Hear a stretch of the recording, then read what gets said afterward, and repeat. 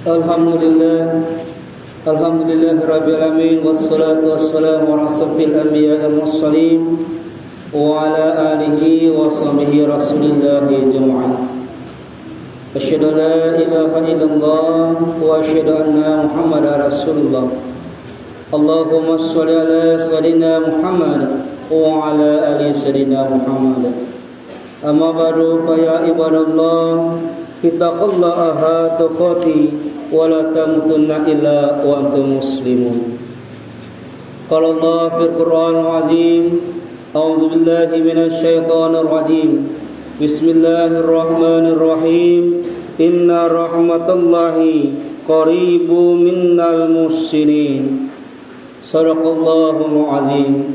Rabbi shrah li sadri wa yassir li amri wal 'uqdatam lisani yafqahu qawli. Puji dan syukur kita panjatkan kepada Allah Subhanahu wa taala. Berkah rahmat, taufik dan hidayahlah pada saat ini, detik ini kita masih diberi kesempatan, kesehatan dari Allah Subhanahu wa taala untuk datang ke masjid yang kita cintai ini dalam rangka mengerjakan salat Jumat sebagaimana kewajiban kita umat Islam. Dengan rasa kita bersyukur kepada Allah Subhanahu wa taala, nikmat Allah yang berikan kepada kita ini, tak pantasnya kalau kita tidak bersyukur atas nikmat Allah yang berikan kepada kita. Salam, tak lupa pula kita sampaikan kepada baginda kita Nabi Muhammad sallallahu alaihi wasallam yang telah membawa kita dari alam kegelapan menjadi alam terang-terang yang kita rasakan pada hari ini. Dalam khutbah kali ini, khatib berwasiat mari kita meningkatkan ketakwaan kita kepada Allah Subhanahu wa taala, khusus pada khatib sendiri dan pada jemaah sekalian. Dengan meningkatkan ketakwaan kita kepada Allah Subhanahu wa taala, tunjukkan keabdian kita kepada Allah Subhanahu wa taala, menjalankan perintah Allah dan menjauhi segala larangan Allah Subhanahu wa taala. Para hadirin jamaah salat Jumat yang dirahmati Allah Subhanahu wa taala. Adapun judul khutbah kita pada hari ini ialah syarat turunnya rahmat Allah Subhanahu wa taala. Sebagaimana kita sering mendengar pembahas tentang rahmat Allah Subhanahu wa taala.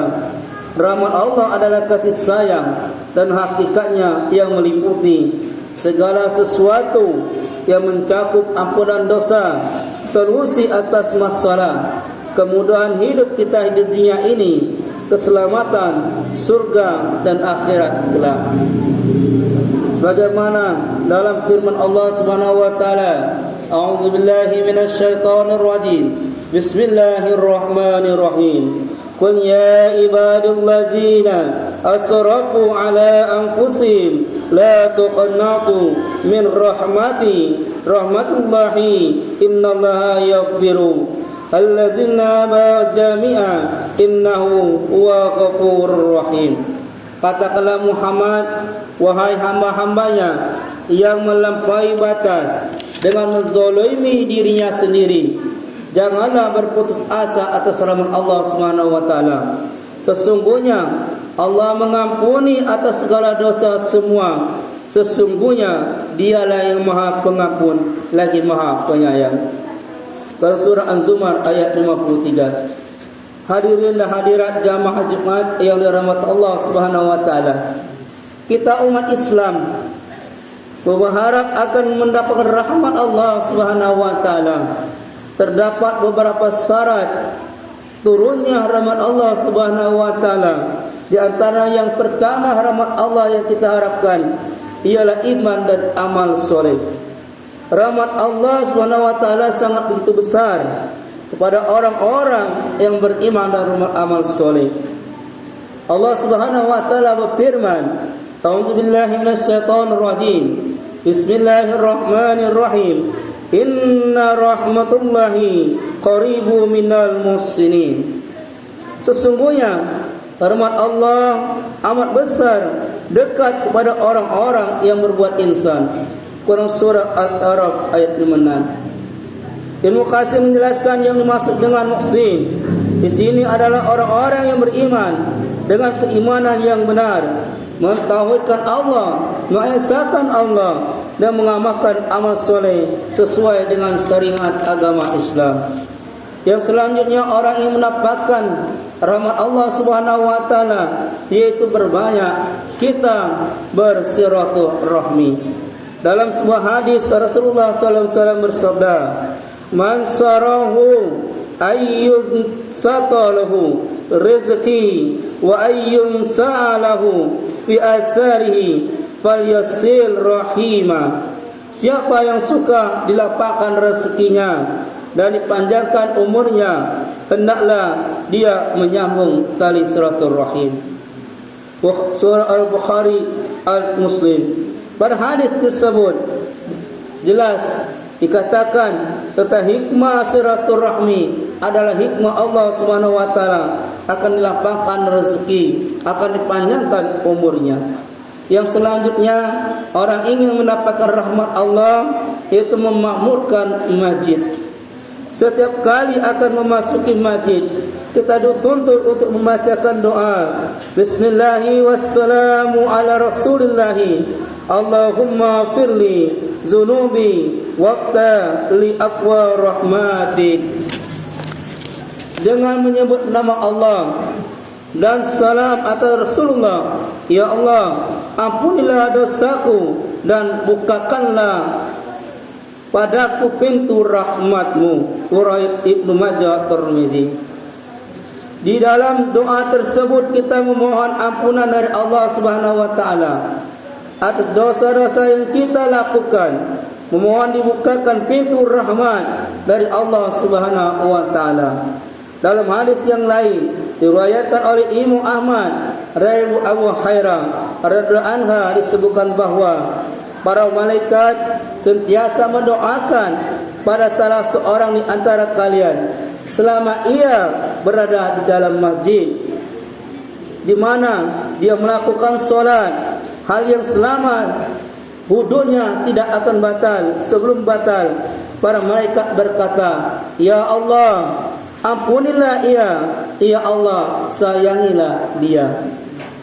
Yang selanjutnya orang ingin mendapatkan rahmat Allah Subhanahu wa taala itu membaca dan mempelajari Al-Quran.